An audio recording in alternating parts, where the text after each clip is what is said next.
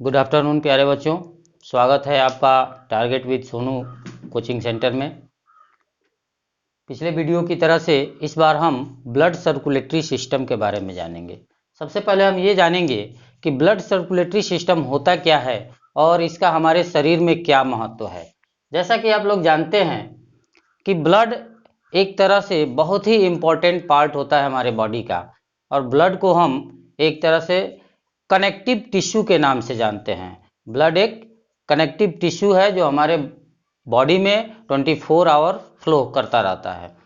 तो यहाँ पर हम सिंपल तरीके से समझेंगे कि ये पूरा सिस्टम कैसे रन करता है हमारे बॉडी में और इसके क्या इंपॉर्टेंस है। प्यारे बच्चों, यह जो वीडियो है आपके UP board, CBSE, Bihar board तथा अन्य सभी बोर्डों के साथ साथ जितने भी प्रतियोगी एग्जाम्स हैं सबके लिए आप काफ़ी यूजफुल होगा। तो प्यारे बच्चों, ध्यान से इसको देखिएगा और जहाँ तक संभव हो सके नोट्स के लिए आप लोग कॉपी और पेन का भी यूज कर सकते हैं। तो आइए देखते हैं इस वीडियो को। पूरा ब्लड सर्कुलेटरी सिस्टम हमारा 3 पार्ट से बना होता है। पहला होता है ए पंपिंग ऑर्गन, हार्ट। अरे बच्चों, आप लोगों ने देखा होगा कि पंपिंग मशीन का काम क्या है? एक तरफ से पानी खींचना और दूसरे तरफ से फेंकना।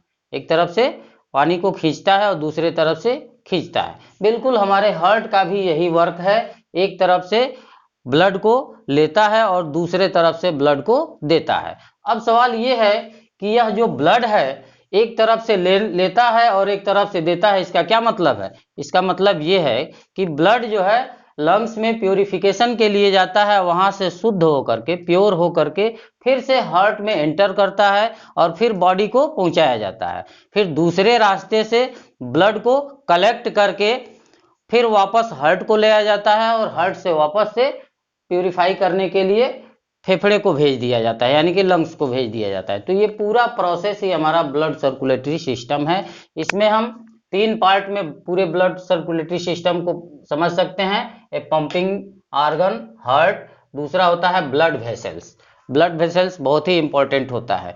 जैसे कि पंपिंग मशीन का हमने एग्जाम्पल दिया, तो इसमें आप लोग देख सकते हैं कि पानी एक तरफ से आता है तो दूसरे टाइप के पाइप से आता है, खींचा जाता है, और जब मशीन के थ्रू फेंका जाता है तो वो दूसरे टाइप के पाइप से बाहर निकलता है।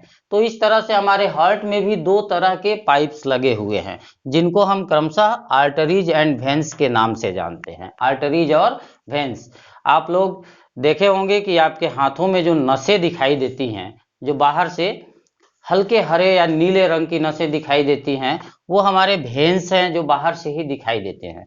आर्टरीज हमारे मसल्स के भीतर छुपी होती है जो बाहर से दिखाई नहीं देती है। इनके बारे में हम नेक्स्ट वीडियो में चर्चा करेंगे। फिलहाल हम यहाँ अपने हार्ट के बारे में देखते हैं कि हार्ट कैसे अपना फंक्शन करता है। हार्ट यानी कि दिल, इसको हम बहुत दिनों से समझते चले आ रहे हैं। अमूमन आम तौर पर दिल की बात की जाती है कि दिल क्या है। किसी को दिल दे दिया जाता है, किसी के द्वारा दिल तोड़ दिया जाता है, तमाम तरह की बातें सुनने में मिलती है। तो दिल क्या है? प्यारे बच्चों, दिल एक ऐसा ऑर्गन है हमारे बॉडी का जिसको वाइटल ऑर्गन्स के नाम से जानते हैं। हमारे बॉडी में कुछ ऐसे ऑर्गन्स हैं जिनके बिना हम जीवित रह ही नहीं सकते, और हार्ट तो ऐसा ऑर्गन है जो 24 आवर्स, चाहे हम रिलैक्स मोड में हो या फिर वर्किंग मोड में हो, किसी भी कंडीशन में यह स्टॉप नहीं होता है। भ्रूणावस्था में जब से बच्चे का परिवर्धन होता है तब से लेकर के जीवन पर्यंत यानी कि मृत्यु तक यह अपना वर्क करता रहता है। तो जानेंगे कि हार्ट क्या है। सबसे पहले हम इसका पोजीशन देखें कि यह कैसा होता है और शेप इसका जानें। तो हार्ट का आकार हमारे मुट्ठी के जैसा होता है। मुट्ठी को उलट करके जब हम रखेंगे तो इसका नुकीला जो पार्ट है वो नीचे वाला लोअर पार्ट होता है और ये चौड़ा भाग ऊपर का पार्ट होता है। और इसका जो पोजीशन है हमारे चेस्ट रीजन में लेफ्ट साइड की तरफ से होता है। ऐसे तिरछा इसका जो पोजीशन दिखलाया गया है इसी प्रकार से होता है। हार्ट एक स्पेशल टाइप के मसल्स से बना होता है जिसको हम कार्डियक मसल्स कहते हैं। ये ऐसे मसल्स होते हैं जो कि 24 आवर वर्किंग मोड में रहते हैं, हमेशा कार्य करने वाले मसल्स होते हैं। इनके ऊपर एक पेरिकार्डियम लेयर, पेरिकार्डियम झिल्ली की लेयर पाई जाती है जो हार्ट को सुरक्षा प्रदान करती है। और यह हार्ट हमारे चेस्ट रीजन में रीब केज में सुरक्षित रहता है, यानी कि छाती की जो हड्डियां होती हैं उसमें यह सुरक्षित रहता है, जिसके कारण बाहर से यदि कोई चोट या आघात लगे तो उसमें हमारा हार्ट पूरी तरह से सिक्योर रहता है, सुरक्षित रहता है। तो ये सब हार्ट के बारे में हो गया। यहाँ हम जानेंगे कि हार्ट कैसे वर्क करता है। तो हार्ट के 4 चैम्बर होते हैं, यहाँ पर हम इसको समझ सकते हैं। ये हार्ट के 4 चैम्बर हैं, ये हमारा हृदय है और हृदय के 4 चैम्बर हैं। पहला है लेफ्ट आर्टरियम, दूसरा है इसके नीचे वाला हिस्सा लेफ्ट वेंट्रिकल, और राइट साइड में देखें तो इसी तरह से right atrium and right ventricles. यानी कि हार्ट पूरी तरह से लेफ्ट और राइट में बंटा होता है। लेफ्ट भाग को देखा जाए तो लेफ्ट पार्ट को भी 2 पार्ट में डिवाइड कर दिया गया है और राइट वाले को भी 2 पार्ट में डिवाइड कर दिया गया है। इस तरह से ह्यूमन हार्ट में टोटल कितने चैम्बर होते हैं, ये आपके कॉम्पिटिटिव एग्जाम्स में पूछे जाने वाले सवाल है। ह्यूमन हार्ट पूरी तरह से 4 चैम्बर का बंटा होता है, जिसमें 2 आर्टरियम एंड 2 वेंट्रिकल्स, जिसमें left atrium and right atrium and left ventricle and right ventricle. तो ये आप लोगों को समझ में आ गया होगा कि हार्ट के 4 चैम्बर होते हैं या 4 वाल्व होते हैं, जिसमें यह अपना फंक्शन करता है। इधर के तरफ हम एक ऑर्डिनरी डायग्राम लंग्स के माध्यम से दिखला सकते हैं। ये आपका लंग्स हो गया और इधर हो गया बॉडी पार्ट्स।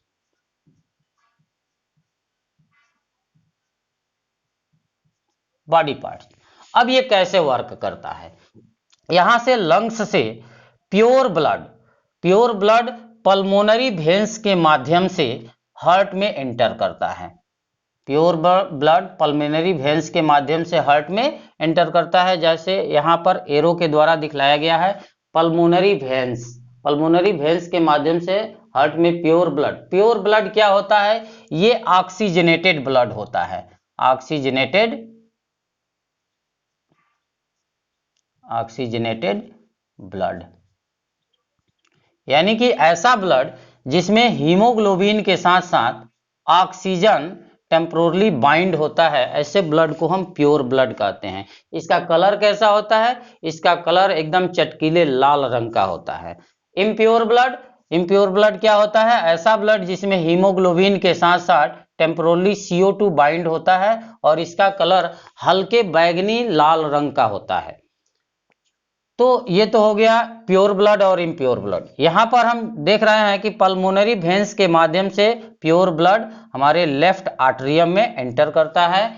एरो के माध्यम से आप समझ सकते हैं कि लेफ्ट आर्टरियम से होते हुए यह ब्लड लेफ्ट वेंट्रिकल में एंटर करता है। यानी कि पहले चैम्बर में ब्लड जैसे ही भर जाता है तो इसमें रिलैक्सेशन होता है और रिलैक्सेशन के बाद से ये पूरी तरह से फैल जाता है। फैलने के बाद से क्या होता है कि इसमें दूसरा जो स्टेप होता है कॉन्ट्रैक्शन, यानी कि सिकुड़ने की प्रक्रिया होती है। जब ये सिकुड़ेगा तो ब्लड पुश करेगा नीचे की तरफ, और नीचे की तरफ पुश करने पर ब्लड ये लेफ्ट वेंट्रिकल में भरने लगता है। और यहाँ से एरो के माध्यम से आप समझ सकते हैं कि यह ब्लड कैसे बाहर निकलता है। ये आपका सिस्टम दिखाया गया है एओर्टा के माध्यम से ये हमारे बॉडी को चला जाता है। एओर्टा के 2 पार्ट होते हैं, एक पार्ट इसी में से नीचे की तरफ निकला होता है, जो नीचे बॉडी के निचले हिस्से को ब्लड सप्लाई देता है, और यह ऊपर की तरफ जो जा रहा है यह बॉडी के ऊपरी हिस्से यानी कि सिर को, ब्रेन को ब्लड की सप्लाई करता है। इस तरह से बॉडी में ब्लड ट्रांसफर कर दिया जाता है। बॉडी में आपने पढ़ चुका है कि रेस्पिरेशन चैप्टर में कि सेल्स के अंदर ग्लूकोज की बर्निंग होती है, उसके लिए जरूरी होता है ब्लड के द्वारा ऑक्सीजन का पहुंचाया जाना। तो ब्लड का इंपॉर्टेंट काम यही है कि यह ऑक्सीजन को ले जाने और कार्बन डाइऑक्साइड को ले आने का कार्य करता है। इसके साथ साथ जितने भी न्यूट्रिएंट्स हमारे बॉडी में होते हैं, न्यूट्रिएंट्स, एंजाइम्स, हार्मोन्स, सबको ये हमारे बॉडी में ट्रेवल कराता रहता है। तो ये तो ब्लड के फंक्शंस हो गए। अब यहां पर देखेंगे लेफ्ट आर्टरियम से ब्लड लेफ्ट वेंट्रिकल में जाता है और लेफ्ट वेंट्रिकल से होते हुए यहां से चला जाता है बॉडी पार्ट्स को। बॉडी पार्ट्स में इंटरनल रेस्पिरेशन के थ्रू ब्लड इम्प्योर हो जाता है, क्योंकि यहाँ पर हीमोग्लोबिन के साथ कार्बन डाइऑक्साइड टेम्पोरली बाइंड हो जाता है और इस तरह से वही ब्लड इम्प्योर हो जाता है। वह इम्प्योर ब्लड सबसे पहले राइट आर्टरियम में जाता है और राइट आर्टरियम से राइट वेंट्रिकल में और राइट वेंट्रिकल से यहाँ से पल्मोनरी आर्टरीज के द्वारा फिर से ये लंग्स को पहुंचा दिया जाता है प्यूरिफिकेशन के लिए। तो ये पूरा एक तरह से रफ चार्ट है जिसके माध्यम से आप लोग समझ सकते हैं कि हार्ट के 4 वाल्व से लंग्स और बॉडी पार्ट्स में कैसा रिलेशन होता है और ब्लड किस तरह से और किस पोजीशन में कहां से कहां पहुंचाया जाता है। इसको यहां हम समझ सकते हैं इस डायग्राम के माध्यम से। डीऑक्सीजनेटेड ब्लड फ्रॉम बॉडी, यानी कि बॉडी से डीऑक्सीजनेटेड ब्लड लिया जाता है वेना कावा के द्वारा। यहाँ पर वेना कावा वह भाग होता है जहां से ब्लड हार्ट के फर्स्ट चैम्बर में एंटर करता है। फिर राइट आर्टरियम में जाता है, राइट आर्टरियम में ब्लड को रिलीज कर दिया जाता है। राइट आर्टरियम इस समय रिलीज करता है ब्लड को और कॉन्ट्रैक्ट पोजीशन में ये होता है, मतलब इसमें सिकुड़न आता है।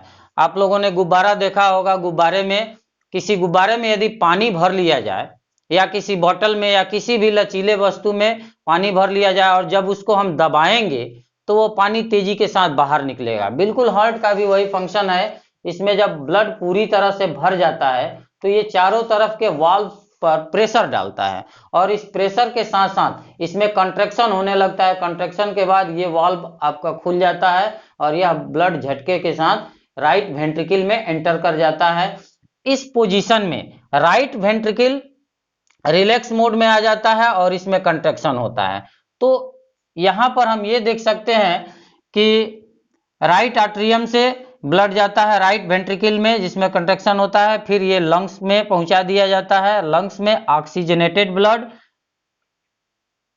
लेफ्ट आर्टरियम से होते हुए लेफ्ट वेंट्रिकल में जाता है, फिर लेफ्ट वेंट्रिकल से होते हुए एओर्टा के माध्यम से बॉडी पार्ट्स तक पहुंचा दिया जाता है। तो ये आपका पूरा ब्लड सर्कुलेटरी सिस्टम का चार्ट है जिसके माध्यम से हम समझ सकते हैं कि ब्लड कहां से कहां को जाता है और इसको शार्ट में मैंने यहां बतला दिया।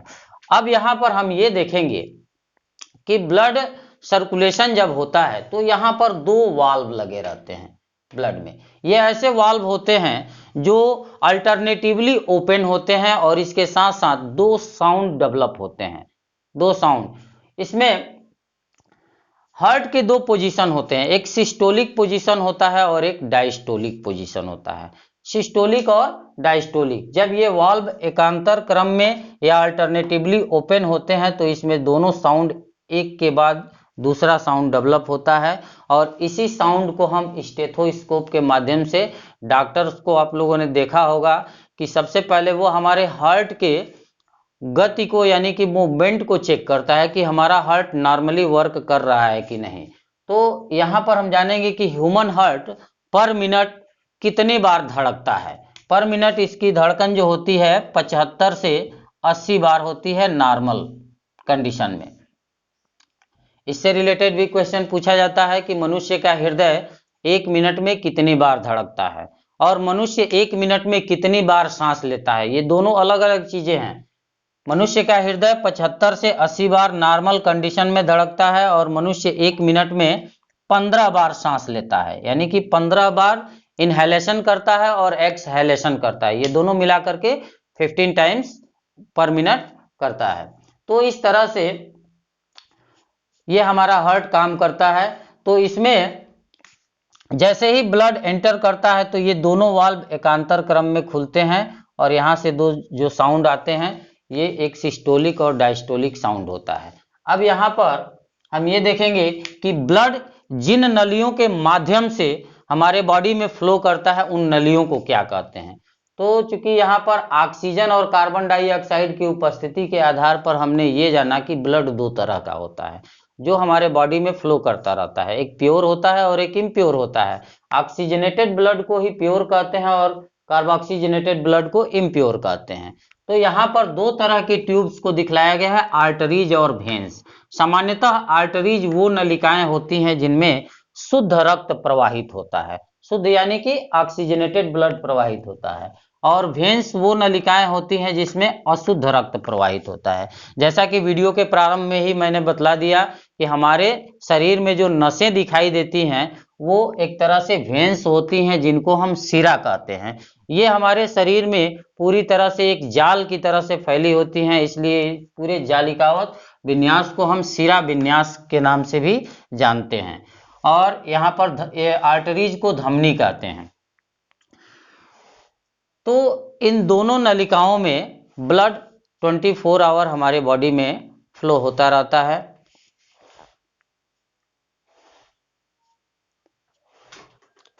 तो ये वीडियो प्यारे बच्चों, अभी तक आपने देखा हार्ट का पूरा फंक्शन, कैसे हार्ट फंक्शन करता है। अब इसमें हार्ट से रिलेटेड कुछ ऐसे कॉमन डिजीज होते हैं जो अक्सर देखे जाते हैं। जैसे आप लोगों ने सुना होगा हार्ट अटैक। हार्ट अटैक क्यों आता है इसके बारे में कभी आप लोगों ने सुना होगा। हार्ट अटैक जब आता है तो व्यक्ति बिना कुछ बोले तुरंत गिर जाता है और गिरने के साथ ही वो डेथ कर जाता है। तो ऐसा क्यों होता है?